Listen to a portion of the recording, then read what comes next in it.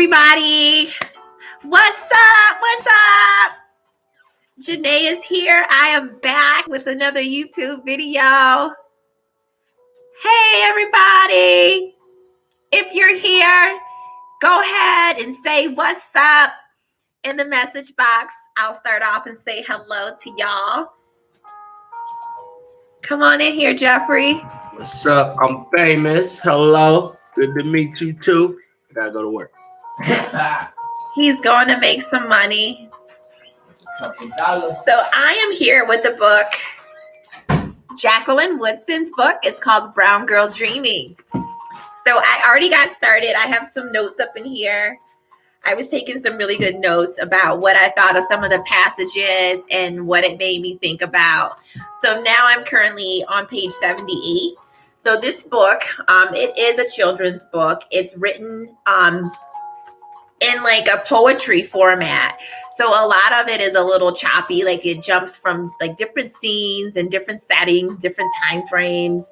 And it's basically about like Jacqueline's, her life, her family, when she was born, and she tells a little bit about the history, like her grandparents and them being born in the South during the time of slavery and how life was for them and their experience. And then it talks about, Jacqueline, like she's from the North. She was born in Ohio, so she was raised differently, and her mother did not want her children to use certain words such as ain't, A-I-N apostrophe T, and words the like her mother didn't want her children to use those words, but she wanted them to speak with intelligence and to not fear and to know that they're equal and they're just as good as anyone else. And so like her brother even got a whooping like for using that word. Like that was like, no, we don't speak like that. And so I really like that. But now I'm on page 78. So I want to read this read on this this streaming live. I want to read so like y'all can like say what you think, or I could like communicate with you. All right, so let's get started. I'm on page 78 and it's the blanket. So that's where I'm at. I do have jazz music playing. Hopefully that's not a distraction for you. Okay. So the blanket, the first time my mother goes to New York City, it is only for a long weekend visit. Her kiss on our cheek, as much a promise as the excitement in her eyes. I'll bring something back for each of you. It's Friday night and the weekend ahead is already calling us to the caddy lady's house. My hand on Daddy's. He doesn't know how to say no. My grandmother complains, but neither does she. Dresses and socks and ribbons, her hair pressed and curled. She calls my sister and me her baby girls, smiles proudly when the women say how pretty we are. So the first time my mother goes to New York City, who didn't know to be sad? The weight of our grandparents loved the blanket with us beneath it, safe and warm.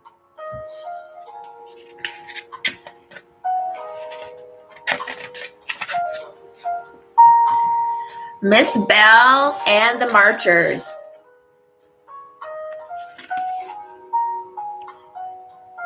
Page 80. They look like regular people visiting our neighbor, Miss Bell. Foil-covered dishes held out in front of them. As they arrive, some in pairs, some alone, some just little kids, holding their mother's hand. If you don't know, you'd think it was just an evening gathering, maybe church people heading into Miss Bell's house to talk about God. But when Miss Bell pulls her blinds closed, the people fill their dinner plates with food, their glasses with sweet tea, and gather to talk about marching. And even though Miss Bell works for a white lady who said, I will fire you in a minute if I ever see you on that line, Miss Bell knows that marching isn't the only thing she can do. Knows that people fighting need full bellies to think and safe places to gather. She knows the white lady isn't the one who's watching, listening, waiting, to end this fight. So she keeps the marchers' glasses filled, adds more cornbread and potato salad to her plate, stands in the kitchen ready to slice a lemon pound cake into generous pieces. And in the morning, just before she pulls her uniform from the closet, she prays, God, please give me and those people marching another day. Amen.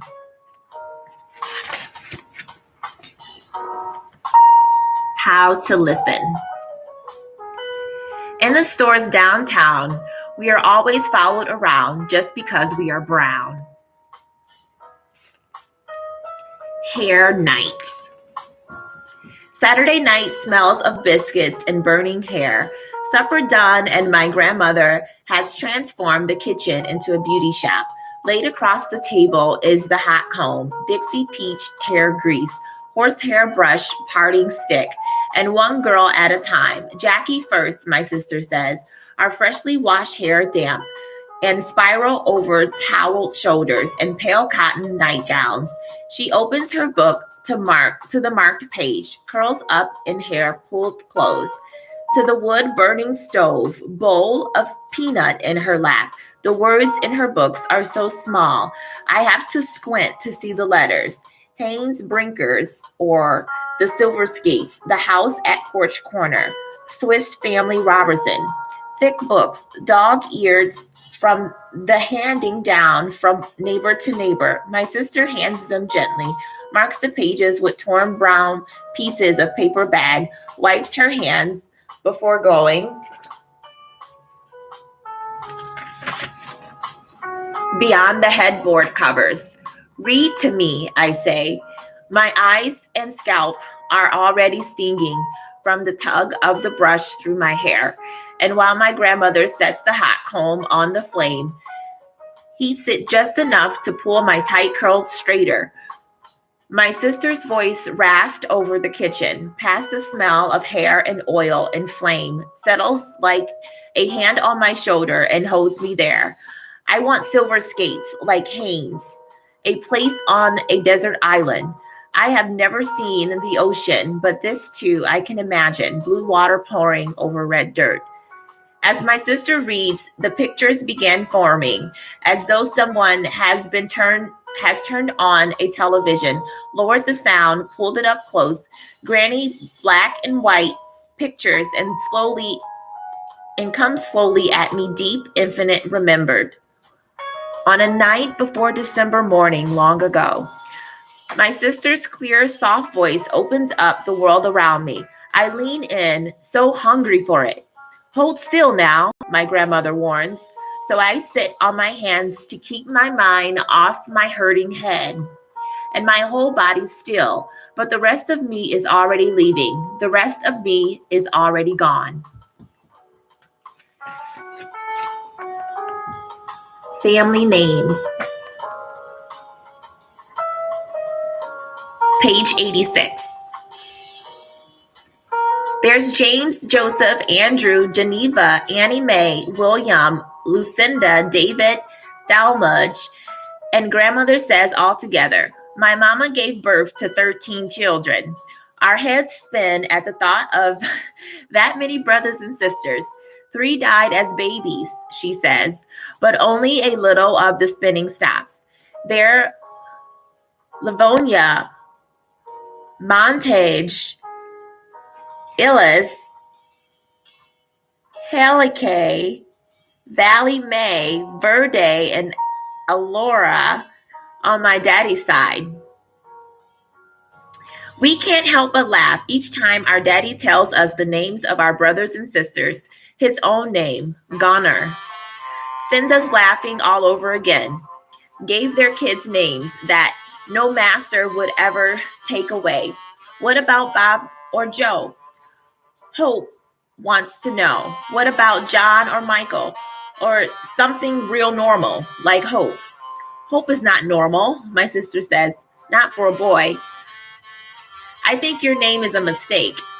Maybe they meant to name you Birdie.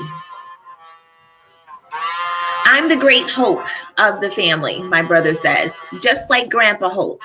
Just like Hope the dope. My sister says back. Keep up the arguing, my grandfather says. I'll take you both down to City Hall. People will be happy to call you Falmudge and Valley May.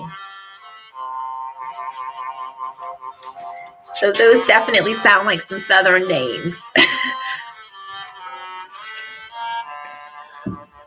American Dream.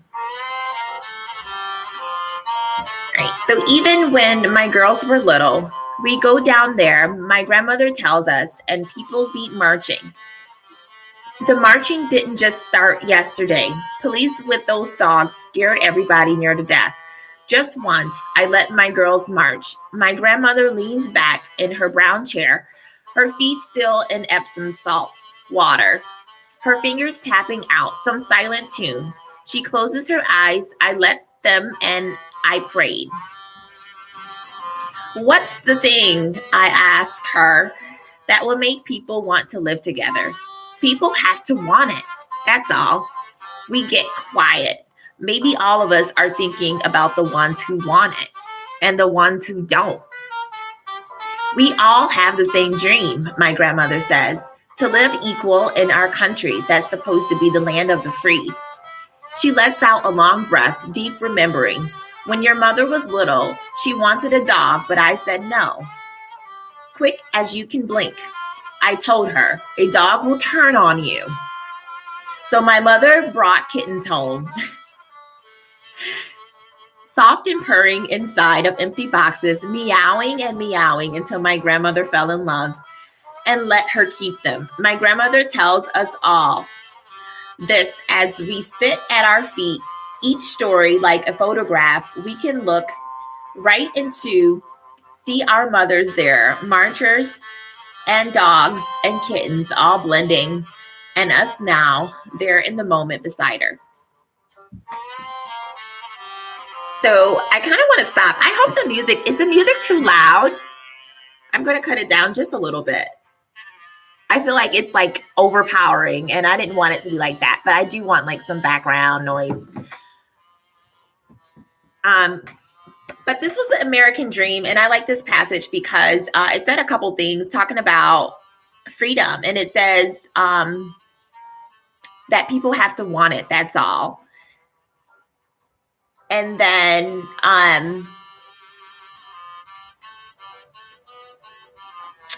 so that was talking about, okay, I feel like I have to go back now.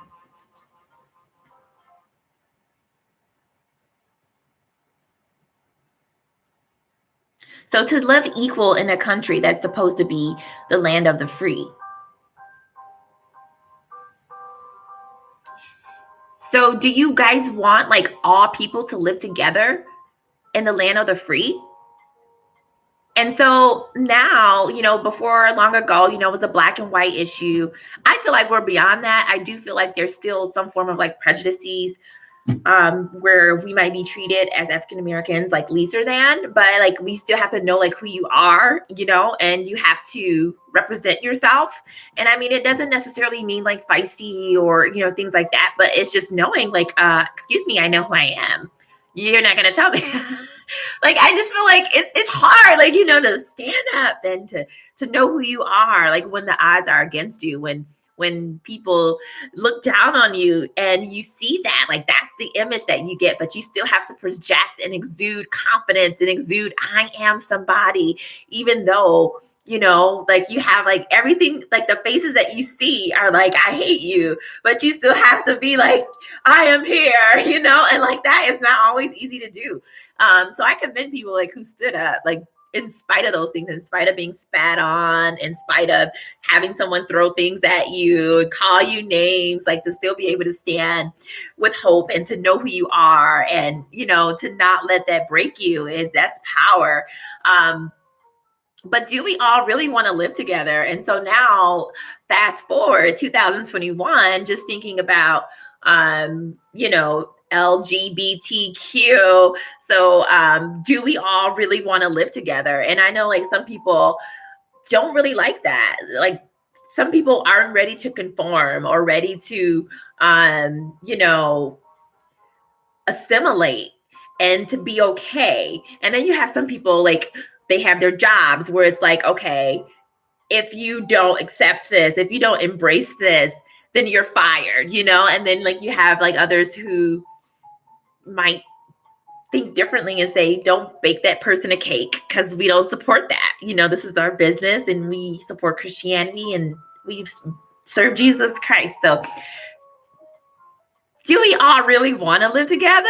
Like, it's a big pill for me to swallow because, when I was younger, I was always taught that the girl is supposed to be with the guy and then the guy is supposed to like lead the girl. And so like now things are like a little different. And now that I'm actually a Christian, I do proclaim Jesus Christ. I pray and I believe God. I choose to believe God. And I choose to believe that he lives on the inside of me. And so I choose to believe the Bible's true. So when it says no sex until you're married, I really do say, okay, no sex until I'm married. And so I'm not married. So guess what? No sex. Isn't that crazy? No sex. But like growing up, sex was like in my amongst my peers and, the people I had to look to on TV, sex was it. Like if you're having sex, if you look good, like you got it going on. So imagine what things were like for me, like in middle school and high school. Like I had no problems. I look good, it's just natural for me. Right. And then it was also something that I would practice. Like, what can I do to enhance my sexuality? But guess what? I'm putting all this energy trying to be cute and I'm not getting my education. And, I felt like it was easier to just sexualize yourself than to educate yourself. And so, that set me up to like slavery or poverty. And like, it just put me on that route. And so when I actually became a teenager, I was like, you know what? If I keep living this path, I'm going to be dead before I'm 25. I'm going to have like 3 different baby daddies. Like, it's just not going to be good for me. And so I was like, okay, I'm going to serve Jesus. And so that's how I really got into like serving Jesus. And I hope this sounds very educated, like very smart. I like to think of myself as an intelligent woman. And I'm growing, like my writing ability is improving. My reading is improving. And I want to do this. I want to be here. I want to learn. Before it was like all about the guys, trying to please him, trying to make him happy, so you'll do things for him. And a lot of times, like I would do things for the guy, even though it's something I didn't really want to do. But it's like, well, it's gonna be pleasing to him, so I better serve him. But it's like, that's not your husband. Like, I don't owe you anything. Like, my body is the temple of Christ. Christ lives in me, and so like now I have like this whole new attitude about it, and this whole new walk, and this whole new way of doing things. But I like who I am. And sometimes I feel like I'm behind because there's still things I don't have, like a house and money. Like I quit my job so I can finish school. So like now I have no income. So I kind of feel like I'm still at the bottom, but spiritually, like in my heart, I feel like I'm on the top. Like I feel like very happy within myself. I have what I need. I have food to eat. I have a place to live. I'm safe. So I feel like I have those basic needs met. But I don't have the fame. I don't have a bunch of money in the bank. So there's still things I don't have access to. So I feel like at the same token, I'm still kind of like behind or whatever. But I feel like I'm in a good place because I'm not dead. I made it past 25. I'm 30, right? I don't have 3 different baby daddies. I don't have any children, right? So like, I'm not like on drugs or anything like that. I don't do like marijuana or smoke nicotine. I don't do any of those things. You won't find me in a bar. You won't find me in a strip club. You're not going to find me in somebody's husband or in some wife's husband, like in someone's bed, in a married home, in their bed. You're not going to find me doing that. You're not going to find me, in a music video shaking my butt. Like you're not going to see me there. And so that is something that was important to me because as a little girl, that's all that I knew that I could be. All that I knew that I could be was a thought, was someone that's touching on somebody and making a man feel good that doesn't really care about me. He's only doing it because it's pleasing to him and it inflates his ego, but he can care less about my feelings and how I think. And I was like, you know what? I'm not going to be that girl No, I'm not going to be that girl. You can't have my body. I'm not going to be on drugs. I'm not going to be a stripper. Like, no, I'm not going to be that person. I'm going to go to school. I'm going to get educated. And, you know, I missed many years growing up, so it's going to be hard for me. But I'm willing to do what I need to do in order to get to where I want to be. And so right now I'm in that process, and I'm looking forward to graduation this year. So May 22nd. I will have pictures on YouTube, so look me up. Yes, graduation. But it was graduation for an associate's degree. So again, still like at the bottom. It's not, you know, like masters or doctorates, you know, hopefully in the future, the Lord's will, it can be a bachelor's, and then eventually if I decide to go more, a master's and so on.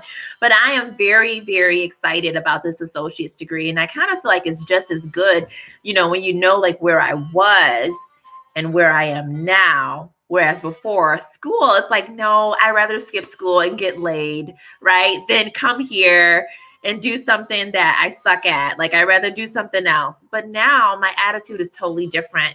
I love school. There's nowhere else I want to be other than, you know, Jesus, but there's no other place I'd rather be than in class or in my virtual class underneath my professor, listening to them teach and giving me information. Like, I don't want to be anywhere else. Like, that's where I belong. And I'm happy with where I belong. And I'm happy with who I'm becoming. And it's a journey. And I just hope for other Black women to do the same thing. To say, you know what? I'm not going to just give my body away to someone that doesn't want me. No, I'm not going to do that. You know, no. I'm going to learn how to use English. I'm going to learn how to write sentences and paragraphs and essays and books. Right? And I just want more of that. Because someone died for us. Someone stood up for us. As Black people, someone stood up for us just being a woman, women's rights. And yeah, I'm just excited about the future. I'm excited about graduation. And I know I'm way off track. I'm going to get back to this book. So this is American Dream. This is page 88. You see it? Okay, so American Dream. So even when my girls were little, we go down there, my grandmother tells us, and people be marching. The marching didn't start just yesterday. Police with those dogs scared everybody near to death. Just once, I let my girls march. My grandmother leans back in her brown chair, her feet still on Epsom salt, her fingers tapping out some silent tune. She closes her eyes. I let them, and I pray. What's the thing? I ask her. The thing that makes people want to live together. People have to want it. That's all.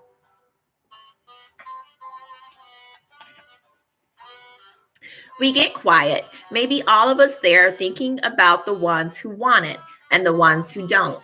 We all have a dream, my grandmother says, to live equal in a country that's supposed to be the land of the free. And lets out a long breath, deep remembering. When your mother was little, she wanted a dog, but said no. Quick as you can blink, I told her, a dog will turn on you. So my mother brought kittens home, soft and purring inside empty boxes, meowing and meowing until my grandmother fell in love and let her keep them.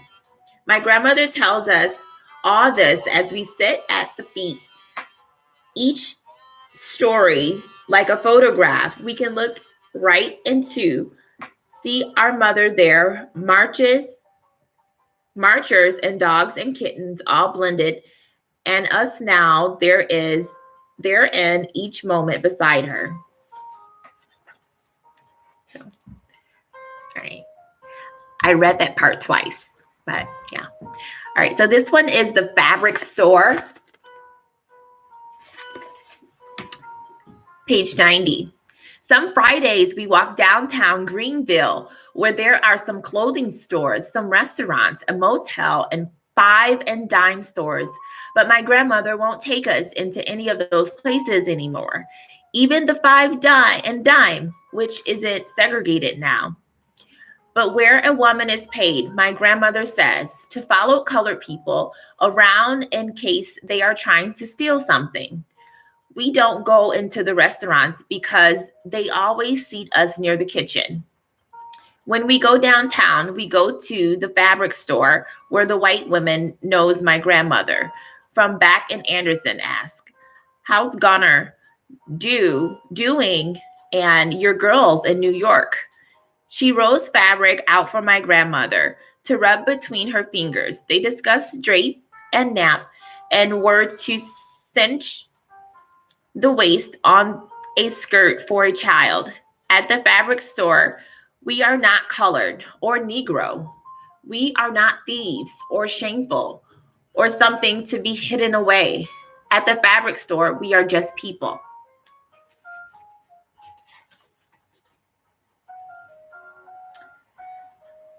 Ghost. In downtown Greenville, they painted over the white-only sign, except on the bathroom doors. They didn't use a lot of paint, so you can still see the words right there like a ghost standing in front, still keeping you out. The Leavers. We watch men leave Greenville in their one good suit, shoes spent, shined, shined. Shoes, spit, shine. I'm sorry, I see a word that I'm unsure of. So when I see a word that I'm unsure of, I like to go into the dictionary and then I'll type in the word and then I'll click on this. It's like a volume button that it speaks like a speaker and it makes the sound for you. It makes the sounds out the word. It like says the word for you. So this is spelled S-H-I-N-E-D. So I feel like it's shine, but I also feel like it needs another N to be shine. So like, okay, so now I'm going to press this button. Shine. So it's shined. Okay, so that's how you spell shine. It's S-H-I-N-E-D. So there's not two N's. All right, so I'm going to put it in the chat here. So I just put like an asteroid. That's okay. And I'll just put shine.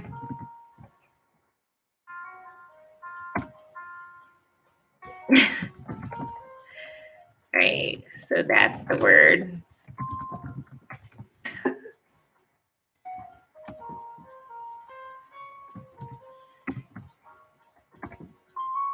All right. Okay. All right. So the Leavers. I'm going to start over. It's page 93.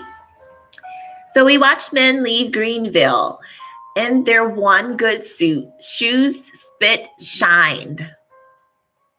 We watch women leave in Sunday clothes, hatted and lipstick and white gloved. We watch them catch buses in the evening, the black shadows of their backs, the last we see of them. Others fill their cars with bags, whole family disappearing into the night, people waving goodbye. They say the city is a place where diamonds speckle the sidewalk.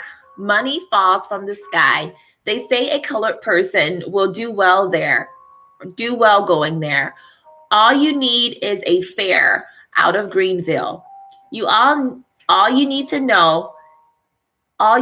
is to know somebody on the other side waiting to cross you over, like the River Jordan, and then you are in paradise.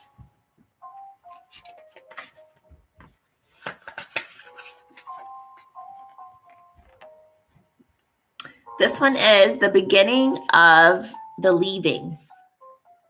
When my mother returns from New York, she has a new plan. All of us are going to move there. We don't know any place else in Greenville now. New York is only the pictures she shows us in the magazines, and the two she has in her pocketbook of our Aunt Callie, our Aunt Kay. In one, there are two other people standing with her, Bernie and Peaches, our mother tells us. We all used to be friends here in Nickeltown. That's all the young kids used to talk about. Our grandmother tells us, going to New York City. My mother smiled at us and says, we'll be going to New York City. I just have to figure some things out first, that's all. I don't know what I'll do without you all up under me, my grandmother says, and there's a sadness in her voice. Don't know what I do, she says again, even sadder this time. As a child, I smelled the air. Mama takes her coffee out to the front porch, sips it slow. 2 steps down and her feet are covered in grass and dew. New York doesn't smell like this, she says. I follow her, the dew cool against my feet, the soft hush of the wind through leaves. My mother and I alone together. Her coffee is sweet with condensed milk, her hair pulled back into a braid, her dark fingers curling her cup. If I ask, she will hold it to my lips. Let me taste the bittersweet of it. It's dawn and the birds have come alive, chasing each other from maple to pine and back to maple again. This is how time passes here. The maple will be bare branched come winter, Mama says. But the pines, they just keep on living. And the air is what I'll remember, even once we moved to New York.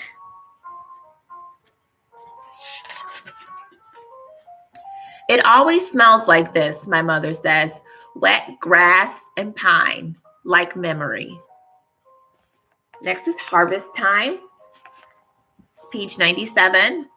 When Daddy's garden is ready, it is filled with words that make me laugh when I say them. Pole beans and tomatoes, okra and corn, sweet peas and sugar snaps, lettuce and squash.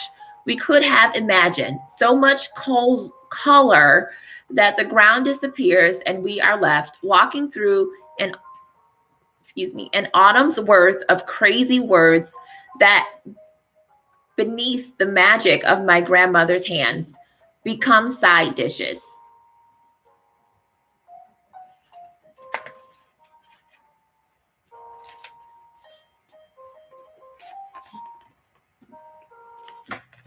Grown folks' stories. When autumn night with crickets crying, the smell of pine coming soft on the wind, and the women on the porch, quilts across their laps, Aunt Lucinda, Miss Bell, and whatsoever neighbor has a breadth of 2 feet at the end of the day for sitting and running our mouths. That's when we listen to grown folks talking. Hope, Dell, and me, quiet on the stairs. We know one word from us will bring a hush upon the woman. My grandmother's fingers suddenly pointed towards the house, her soft-spoken, I think it's time for you kids to get to bed now, ushering us into the room. So we are silent, our backs against post, and the back of the stairs. Hope's elbows on his knees, head down.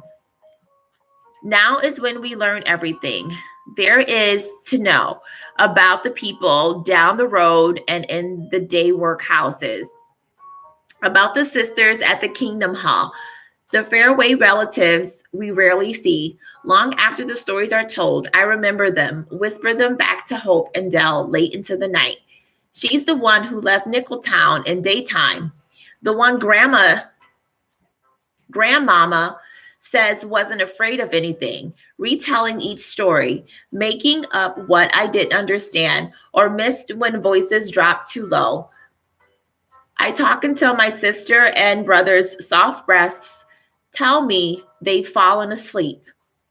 Then I let the stories live inside my head again and again until the real world fades back into cricket lullabies and my own dreams. Tobacco.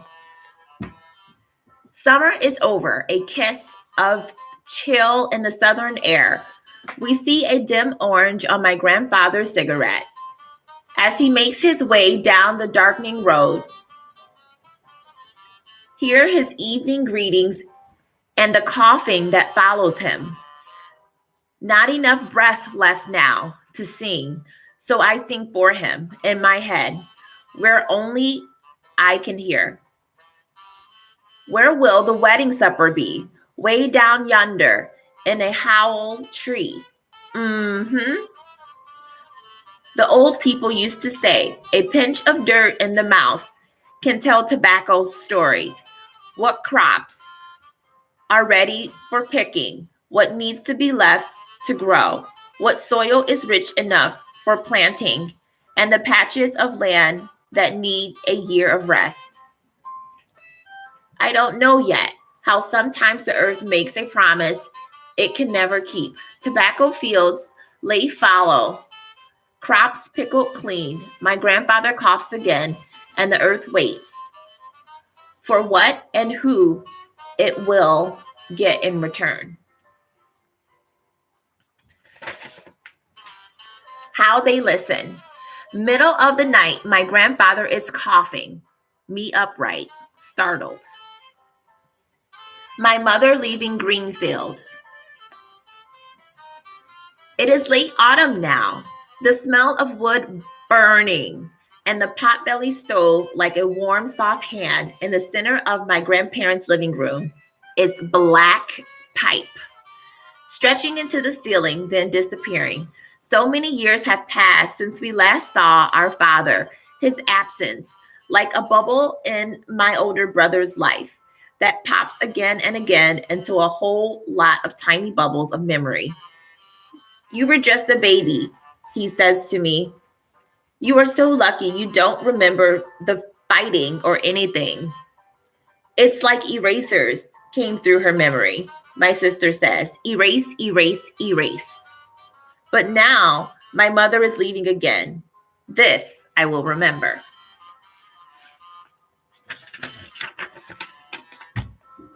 Halfway home, number 1. New York, my mother says. Soon I'll find us a place there.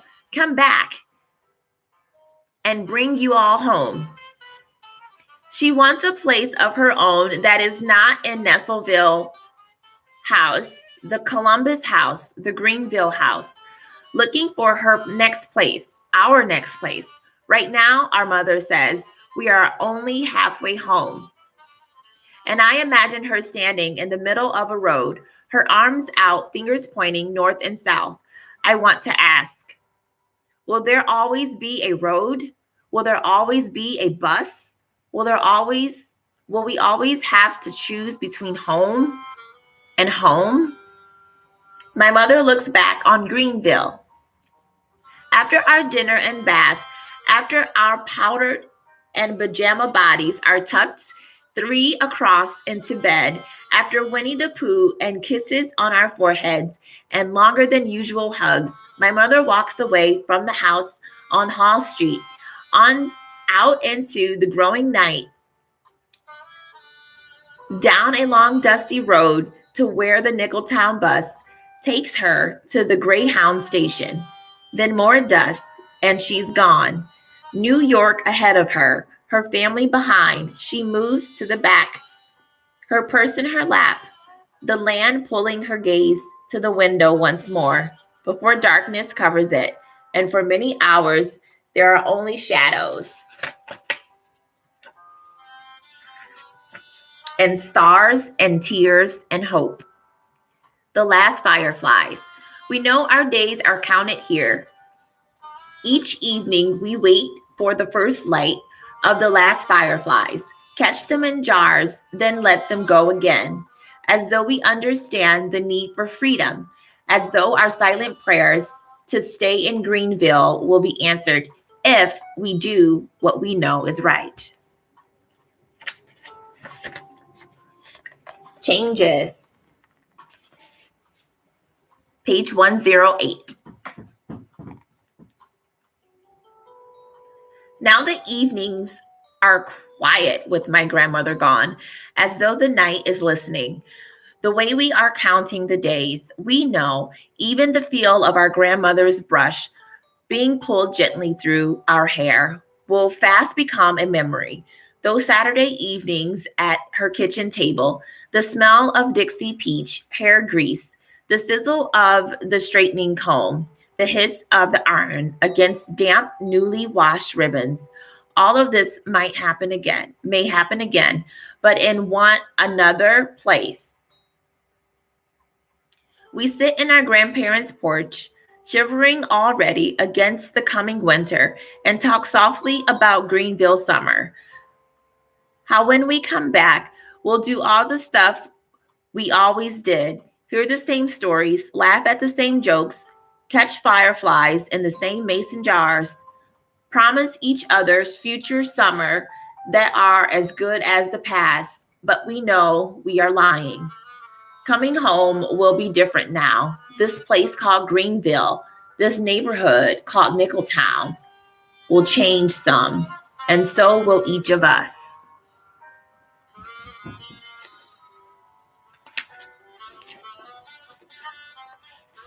Sterling High School, Greenville. While my mother is away in New York City, a fire sweeps through her old high school during a senior dance. Smoke filled the crowded room, and music stopped, and the students' dancing stopped, and the DJ told them to quickly leave the building. The fire lasted all night, and when it was over, my mother's high school had burned nearly to the ground. My mother said it was because the students had been marching and marching, made some white people in Greenville mad. After the fire, the students weren't allowed to go to all white high school. Instead, they had to crowd in beside their younger sister and brother at the lower school. In the photo from my mother's high school yearbook, The Torch, 1959, my mother is smiling beside her cousin Dorothy Ann, and on her other side, there is Jesse Jackson. Who maybe was already dreaming of the day being the first brown man to run for president. And not even the torching of their school could stop him or the marchers from changing the world.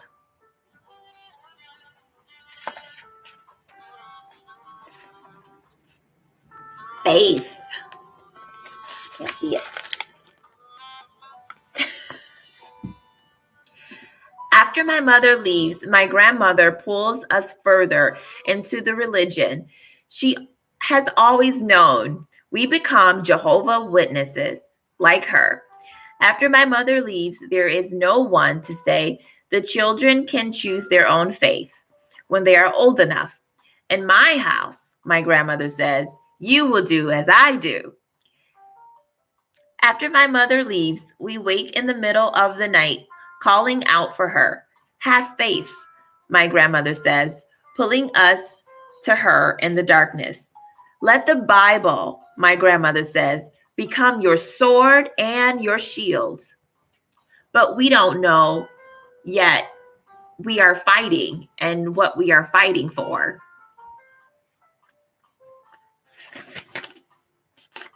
The stories Cora tells. In the evening now, Cora and her sisters come over to the porch. There are 3 of them and 3 of us, but Hope moves away from the girls, sits by herself out in the yard. And even though my grandmother tells us not to play with them, she doesn't call us into the house anymore. When she sees them walking down the road, maybe her heart moves over a bit, making room for them. A colorful mushroom grows beneath the pine tree, purple and gold and strange against the pine needle ground. When I stepped on it, Cora and her sisters screamed at me. You just killed the devil while he was sleeping in his own house. Cora warns me. The devil will soon be alive again, she says. He's going to come for you late in the night while we're sleeping. And the God all y'all pray two won't be there protecting you. I cry as the sun sets, waiting. Cry until my grandmother comes out. Shoes Cassandra and her sister. Home holds me tight. Tell me they are lying. That's just some crazy southern superstition, my grandmother says. Those girls must be a little simple, not knowing a mushroom when they see one. Don't believe everything you hear, Jackie. Someday you'll come to know when someone is telling the truth and when they are just making up stories. Hall Street. In the early evening, just before the best lights for hide and seek takes over the sky, it's Bible study time. We watch from our place on the front porch, our cold hands cupped around hot chocolate, half gone and sweetest at the bottom, as the brother and sister from the Kingdom Hall make their way up our road. Pretty Monday evening, the brother from the Kingdom Hall says. Thank Jehovah. The sister of the Kingdom Hall says back. We are silent. Brother Hope, Sister Dell, and me. None of us want to sit inside when the late autumn is calling us, and frogs are finally feeling brave enough to hop across, our yard. We want anything but this. We want warm biscuits and tag and jacks on the porch and two long sweater sleeves getting in the way sometimes. But we are Jehovah's Witness. Monday night is Bible study time. Somewhere else, my grandfather is spending time with his brother Verdi. Maybe they are playing the harmonica and banjo, laughing and singing aloud, doing what is fun to do on a pretty Monday evening. Jehovah promises us everlasting life in the new world. The brother from the Kingdom Hall says, and Brother Hope, Sister Dell, and me are silent, waiting only what is right outside, waiting only this world.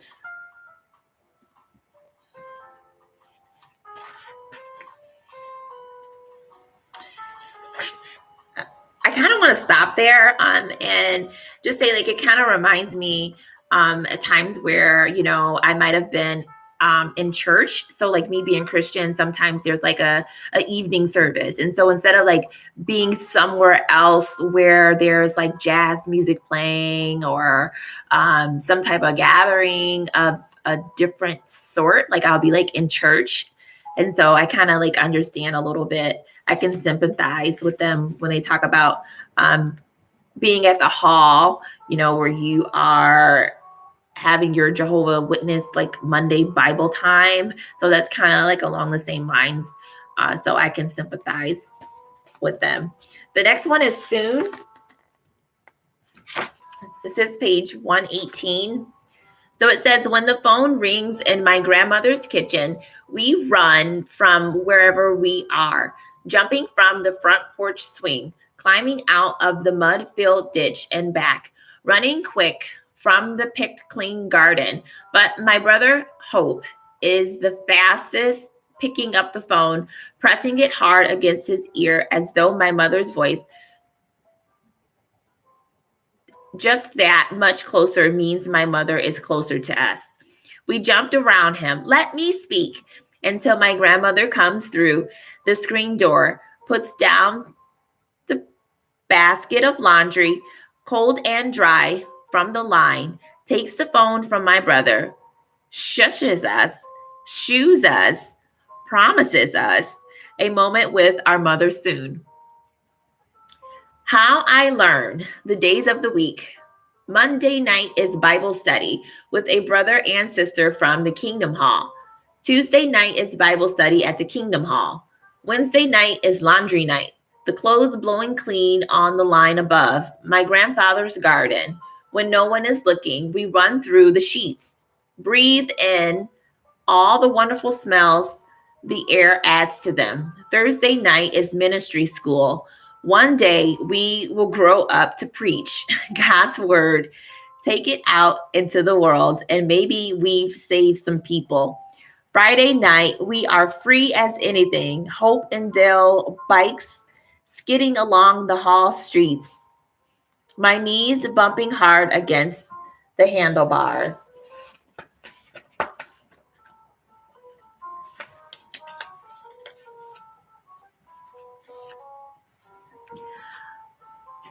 Of my red three-wheeler. One more year, maybe, Dale's bike will be mine.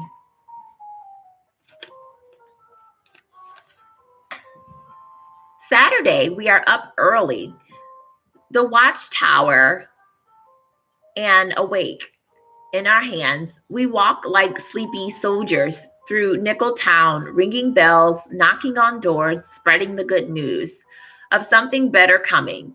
Sometimes the people listen. Sometimes they slam their doors or don't open them at all, or look sadly down at me, ribbon and starched, my face clean and shining with oil, my words earnest as anything. Good morning. I'm Sister Jacqueline, and I'm here to bring you some good news today.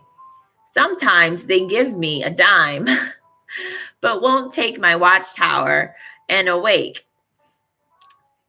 Sunday isn't watchtowers.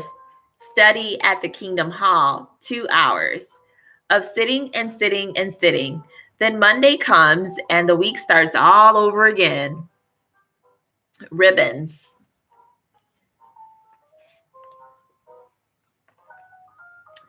They are pale blue and pink or white. They are neatly ironed each Saturday night. Come Sunday morning, they are tied to the braids hanging down past our ears. We wear ribbons every day except Saturday. When we wash them by hand, Dell and I, side by side at the kitchen rink, rubbing them with ivory soap and rinsing them, beneath cool air. Each of us dreaming of a day our grandfather says, "You too old for ribbons." But it feels like that day will never come. When we hang them on the line to dry, we hope they'll blow away in the night breeze, but they don't. Come morning, they are right where we left them, gently moving in the cool air, eager to anchor us to childhood. Sorry.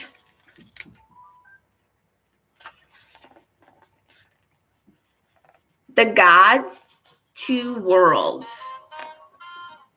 It's barely morning and we are already awake. My grandmother in the kitchen ironing our Sunday clothes. I can hear Daddy coughing in his bed, a cough like he'll never catch his breath. The sound catches in my chest and I'm pulling my dress over my head. Hold my own breath until the coughing stops. Still, I hear him pad through the living room, hear him squeak out in front of the screen door, and know he's made it to the porch swinging to smoke a cigarette. My grandfather doesn't believe in a God that won't let him smoke and have a cold beer on a Friday night. A God that tells us all the world is ending and that you all walk through this world afraid as cats. Your God is not my God, he says. His cough moves through the air, back into the room where the light is almost blue, the white winter sun painting it. I wish the cough would stop. I wish he would put on Sunday clothes, take my hand, walk with us down the road. Jehovah's Witnesses believe that everyone who doesn't follow God's word will be destroyed in a great battle called Armageddon. And when the battle is done, there will be a fresh new world, a nicer, more peaceful world. But I want the world where my daddy is, and don't know why anybody's God will make me have to choose. What God knows. We prayed for my grandfather, asked God to spare him, even though he's a non-believer. We asked that Jehovah look into his heart, see the goodness there. But my grandfather says he doesn't need our prayers. I work hard, he says. I treat people like I want to be treated. God sees this. God knows.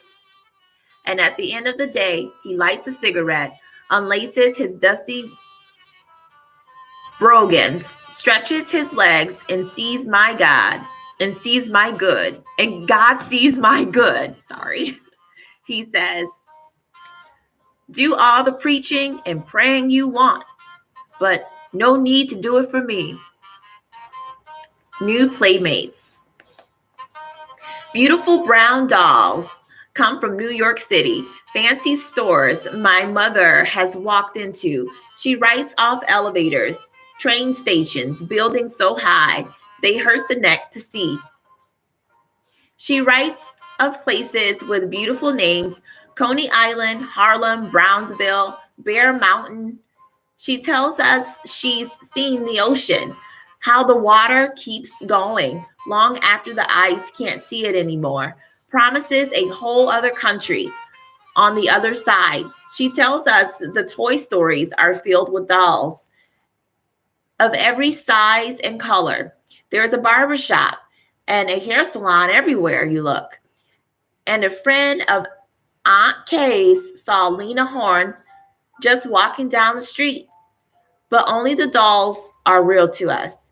Their black hair is stiff, curls down.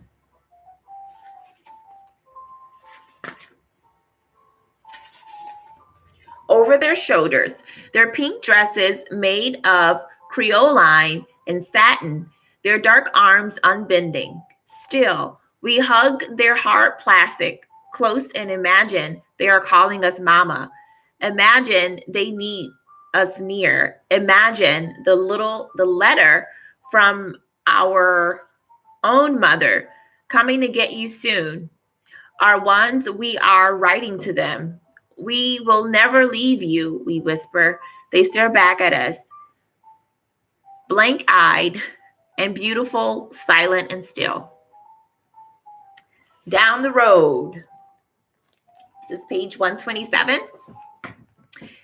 Be careful when you play with them. My grandmother warned us about the boy with the hole in his heart. Don't make him run too fast or cry. When he taps on our back door, we come out, sit quietly with him on the back stairs. He doesn't talk too much, this boy with the hole in his heart. But when he does, it's to ask us about our mother in New York City. Is she afraid there? Did she ever meet a movie star? Do the buildings really go on and on? One day, he says, so soft, my brother, sister, and I lean in to hear, I'm going to go to New York City. Then he looks off towards Cora's house down the road. That's south, my sister says. New York's the other way. God's promise. It is nearly Christmas time. On the radio, a man with a soft, deep voice is singing, telling us to have ourselves a merry little. Nickeltown windows are filled with Christmas trees. Cora and her sisters brag about what they are getting: dolls and skates and swing sets. In the backyard, our own swing set is silent, a thin layer of snow covering it. When we are made to stay inside on Sunday noons, Cora and her sisters descend up it, take the swings up high, stick their tongues out at us as we stare from behind our glassed-in screen door. Let them play, for heaven's sake, my grandmother says. When we complain about them tearing it apart, your hearts are bigger than that. But our hearts aren't bigger than that. Our hearts aren't tiny and mad. If our hearts were hands, they'd hit. If our hearts were feet, they'd surely kick somebody. The other infinity. We are the chosen people. Our grandmother tells us everything we do in a part of God's plan. Everything you breathe, Every breath you breathe is the gift God is giving you. Everything you own. Daddy gave us the swings, my sister tells us, not God. My grandmother's words come slowly, meaning this lesson is an important one.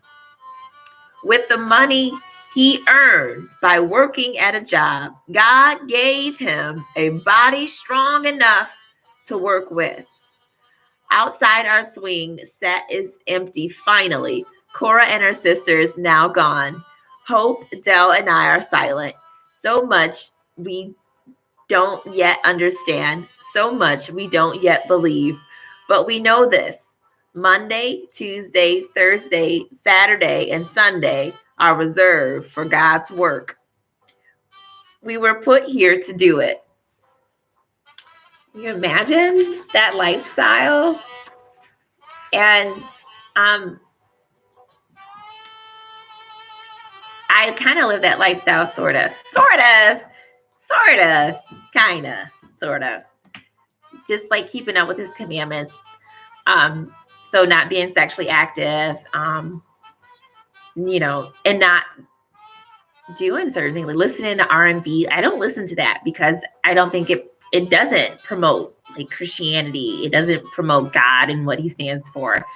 So I don't listen to it. It's like, why should I like enjoy this music? Because it doesn't support Christianity. It doesn't support the Bible and what it talks about. So I'm not going to listen to it. And it's like enjoying music that goes against everything you stand for. So like, I just don't listen to it. It doesn't make sense to listen to it. Even though it may have like a hook or it may have a certain beat or a certain sound that might make me move. It's like, okay, this goes against what I stand for. So I'm not going to support it. I'm not going to listen to it. I'm not going to welcome it in my home. I'm not going to play it in my vehicle. So sorry, Beyonce. I had to cut you off. And it's so many others. Rihanna, Drake, like I don't listen to any of them. And I know they're African American, but they don't support what I believe. They're not supporting it in their music. They're not supporting it in their videos. So I can't listen to that because that's going to get me off track and put me on the path that's going to lead me to being dead at an early age, having 3 different baby daddies, and so on. So I choose not to listen. Sorry.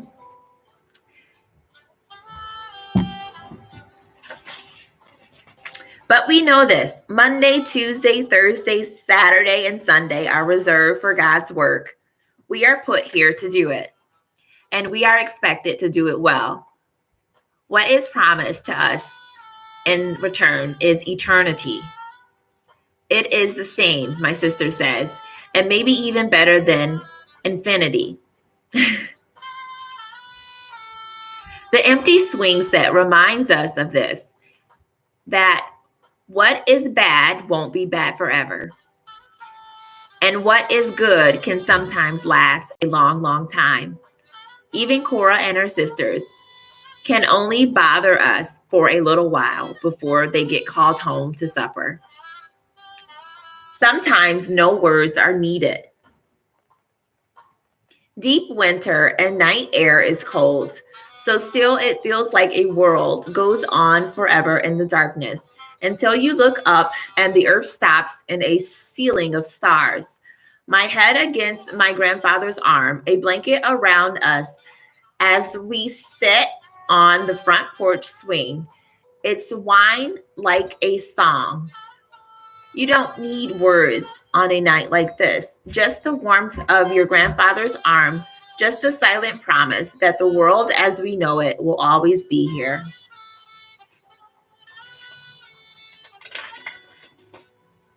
The letter. The letter comes on Saturday morning. My sister opens it. My mother's handwriting is easy. My sister says she doesn't write in script. She writes so we can understand her. And then she reads my mother's letter slowly while Hope and I sit at the kitchen table. cheese grits near gone, scrambled eggs leaving yellow dots in our bowl. My grandmother beloved biscuits forgotten. She's coming for us, my sister says, and reads the part where my mother tells her the plan. We are really leaving Greenville, my sister says, and Hope sits up straighter and smiles. But then the smile is gone. How can we have both places? How can we leave all that we've known? Me on Daddy's lap in the early evening, listening to Hope and Dell tell stories about their lives at the small school a mile down the road. I will be 5 one day, and the Nickel Town School is a mystery I'm just about to solve. And what about the fireflies and ditches? And what about the nights when all climbed into our grandparents' bed and they moved apart, making room for us in the middle? And maybe that's when my sister reads the part I don't hear. A baby coming, another one, a brother or sister still in her belly, but coming soon. She's coming to get us, my sister says again, looking around. Our big yellow chicken, then running her hand over her hardwood table and through, as though she's already gone and trying to remember this. One more late winter. Then one morning, my grandfather is too sick to walk the half mile to the bus that takes him to work. He stays in bed for the whole day, waking only to cough and cough and cough. I walk slow around him, fluffing his pillow, pressing cool cloths over his forehead, telling him stories that came to me again and again. This I can do. Find him another place to be when this world is choking him. Tell me a story, he says, and I do. New York baby.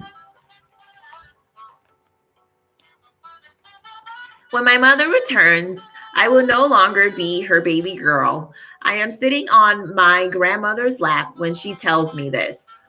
Already so tall, my legs dangle far down, the tips of my toes touching the porch mat.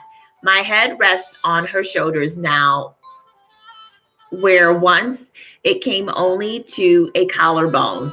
She smells the way she always does of pine sol and cotton Dixie peach, hair grease, and something warm and powdery. I want to know whose baby girl I'll be when my mother's new baby comes. Born where the sidewalks sparkle, and me just a regular girl. I didn't know how much I loved being everyone's baby girl until now when my life as a baby girl is nearly over.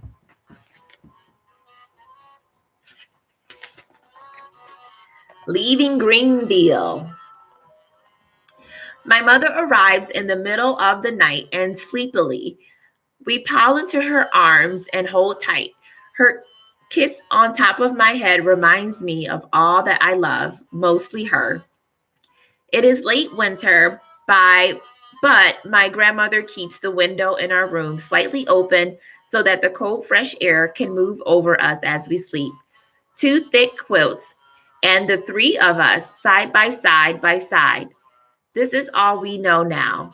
Cold pine breezes, my grandmother quilts, the heat of the wood-burning stove, the sweet, slow voices of people around us, red dust wafting and settling as though it said all of it that it needs to say. My mother tucks us into our bed, whispering, "We have a home up north now." I am too sleepy to tell her that Greenville is home, that even in the winter time, the crickets sing us to sleep, and tomorrow morning you'll get to meet your new baby brother. But I am already mostly asleep again, 2 arms wrapped tight around my mama's hand.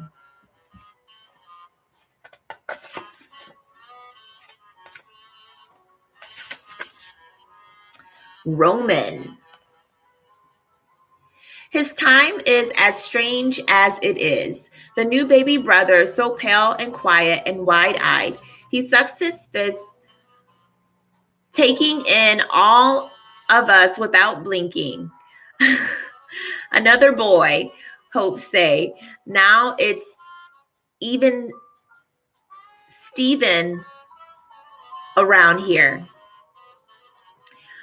But I don't like the new baby of the family. I want to send him back to wherever babies live before they got here. When I pinched him, a red mark stays behind, and his cry is high and tiny, a sound that hurts my ears. That's what you get, my sister says. His crying is fighting you back. Then she picks him up and holds him close, tells him softly everything's all right. Everything's also going to be all right until Roman gets quiet. His wide black eyes looking only at Dell as if he believes her.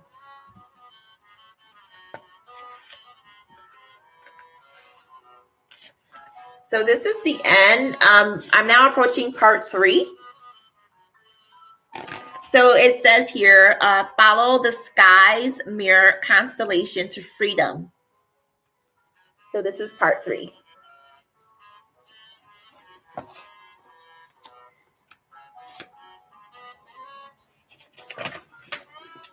New York City. Maybe it's another New York City the Southerners talk about. Maybe that's where there is money falling from the sky, diamonds speckling the sidewalks. Here there is only gray rock, cold and treeless as a bad dream. Who could love this place where no pine trees grows, no porch swing moves with the weight of your grandmother? This place is the Greyhound bus, humming through the night and letting out a deep breath inside a place called Port Authority. This place is a driver yelling, New York City, last stop, everybody off. This place is loud and strange, and nowhere am I ever going to call home. Brooklyn, New York. We did not stay in the small apartment my mother found on Bristol Street, Brownsville, Brooklyn, USA. We did not stay because the dim bulb that hung from the chain swung back and forth when our upstairs neighbors walked across the floor, casting shadows that made my brother cry and sucked hard on his middle fingers. We did not stay because the building was big and old, and when the bathroom ceiling fell into the bathtub, my mother said, I am not Henny Penny, and that is not the sky. So she called Aunt Kay and her best friend Bernie. They borrowed a truck and helped us pack, bundled up in the winter coats, turned off the swing light, and got us out of there. Herzl Street. So we moved to Herzl Street, and my Aunt Kay and Bernie lived upstairs, and Peaches from Greenville lived below us.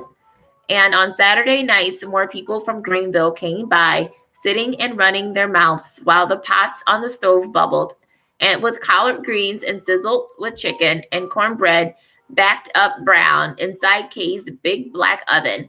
And the people from Greenville brought people from Spartanburg and Charleston, and all of them talked like our grandparents talked and ate what we ate. And they all were red dirt and pine trees. They were fireflies in jelly jars and lemon Kiffin ice cream cones.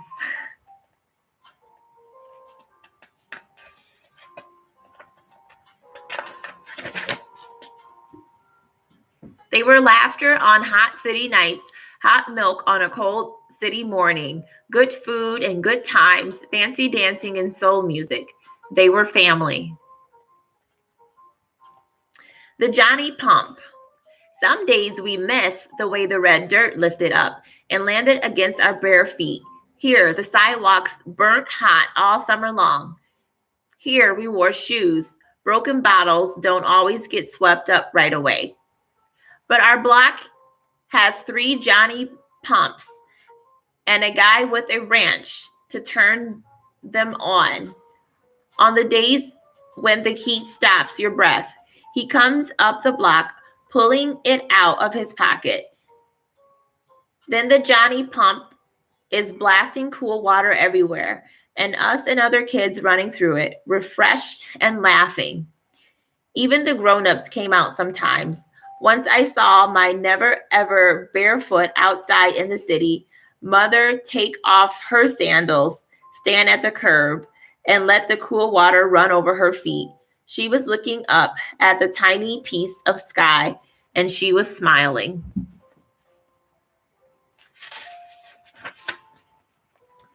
Genetics. My mother has a gap between her two front teeth. So does Daddy Gunner. Each child in his family has the same space connecting us. Our baby brother Roman was born pale and dust. His soft brown curls and eyelash stop people on the street. Whose angel child is this? They want to know. When I say my brother, the people will doubt. Thick as cape until we smile and the cape falls, excuse me. Caroline, but we call her Aunt Kay. Some memories.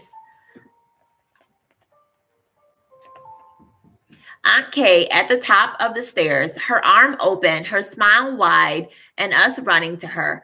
Aunt Kay dressed up on a Friday night, smelling of perfume. Her boyfriend, Bernie, her friend, Peaches.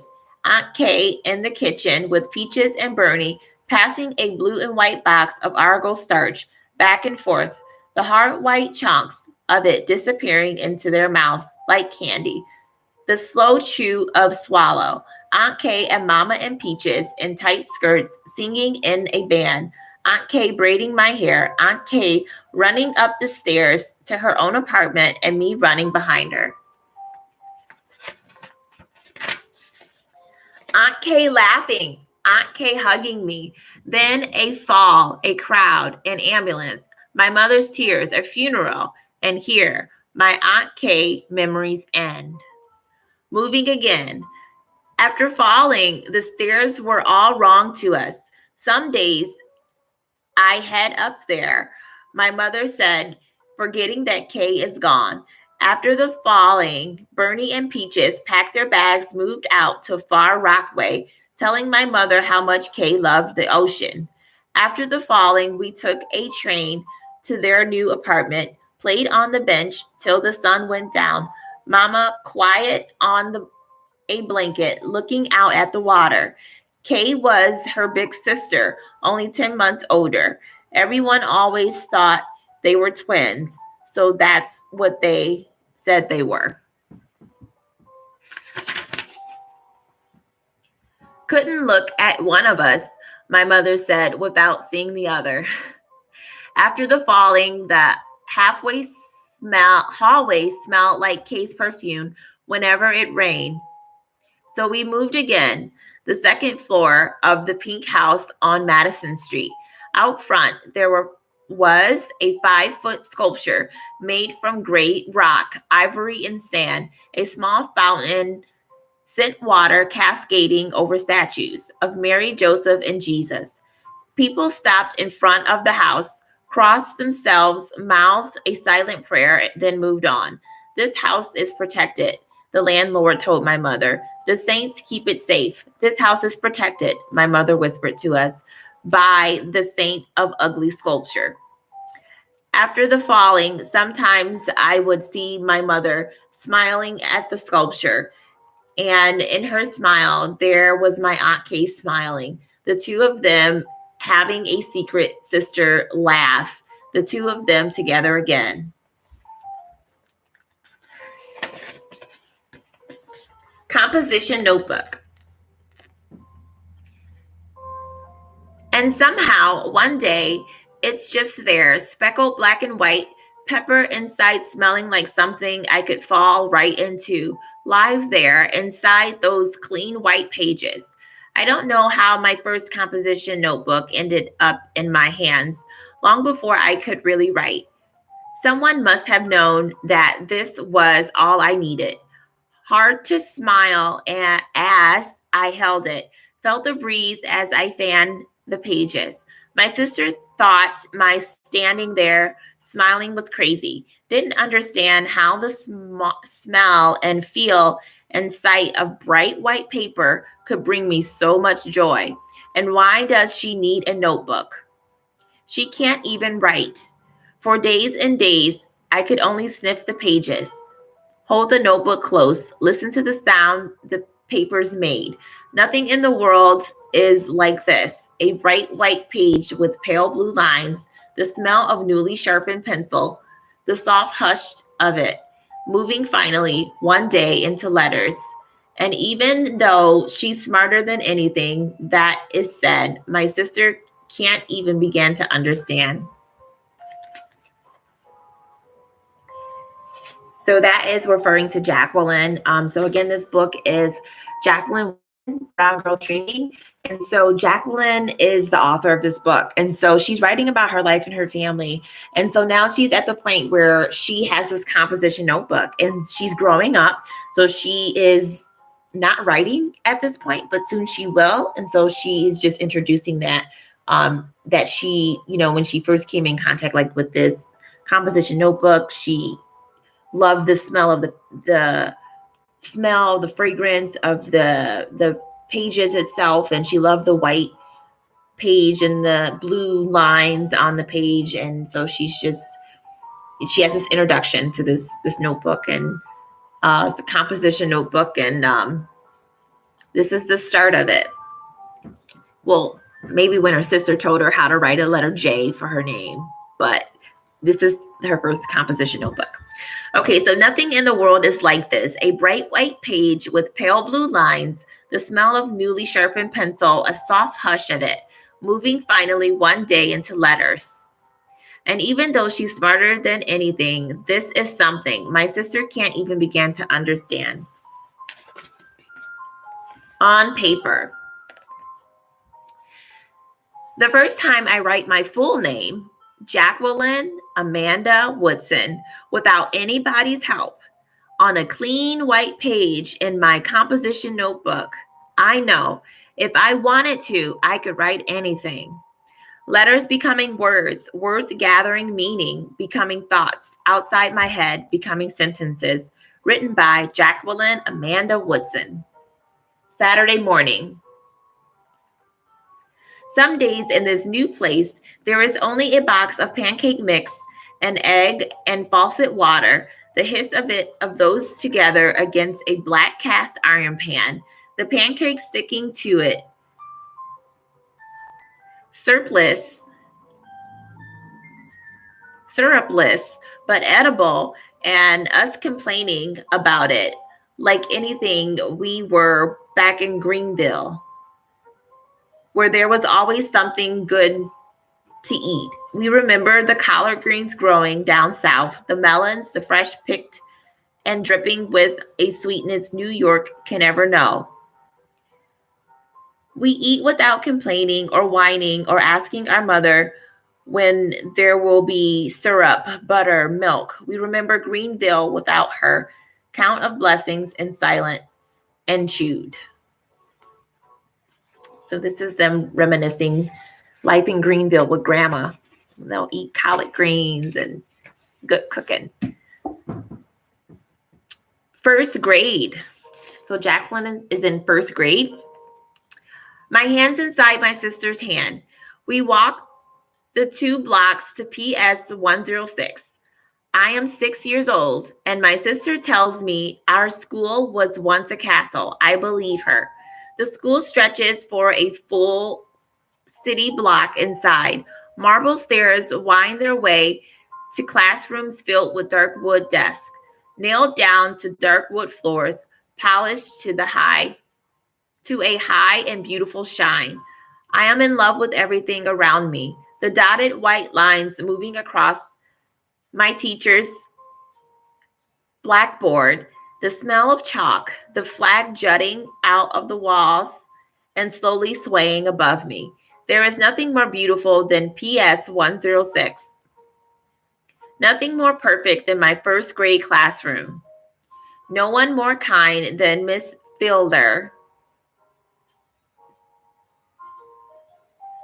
Fiedler, Miss Fiedler, who meets me at the door each morning. So Miss Fiedler, the name is MS dot Feidler. Fiedler. So I think that's how you say it. I think of read, REID. So this is feed, FEID, and then LER. Fiedler. Miss Fiedler. Takes my hand from my sister's, smiles down and says, now that Jacqueline is here, the day can finally begin, and I believe her. Yes, I truly believe her. I'm going to type here in case you missed that. So I'm going to say like teachers.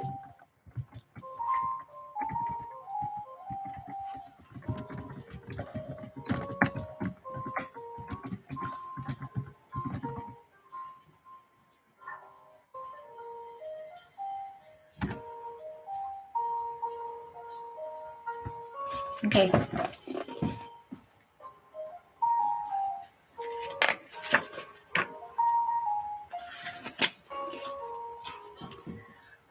All right. So I am I'm going to stop. I have my book marked where to stop. So I will end this video and I will come back and do another read at another time. So it's just halfway through. So I'm going to pick this up later. It says day 2, but I think I'm just going to go ahead and try to finish this later today. So take a break. Please come back. Again, I'm reading the Jacqueline Woodson's book, Brown Girl Dreaming. So Jacqueline, she's now in the 1st grade. She's 6 years old. She got her hands to a, what do they call it? I want to call it a notebook, a composition notebook, I think it is. And she's starting to write. So it's going to get good. So come check me out later. Bye.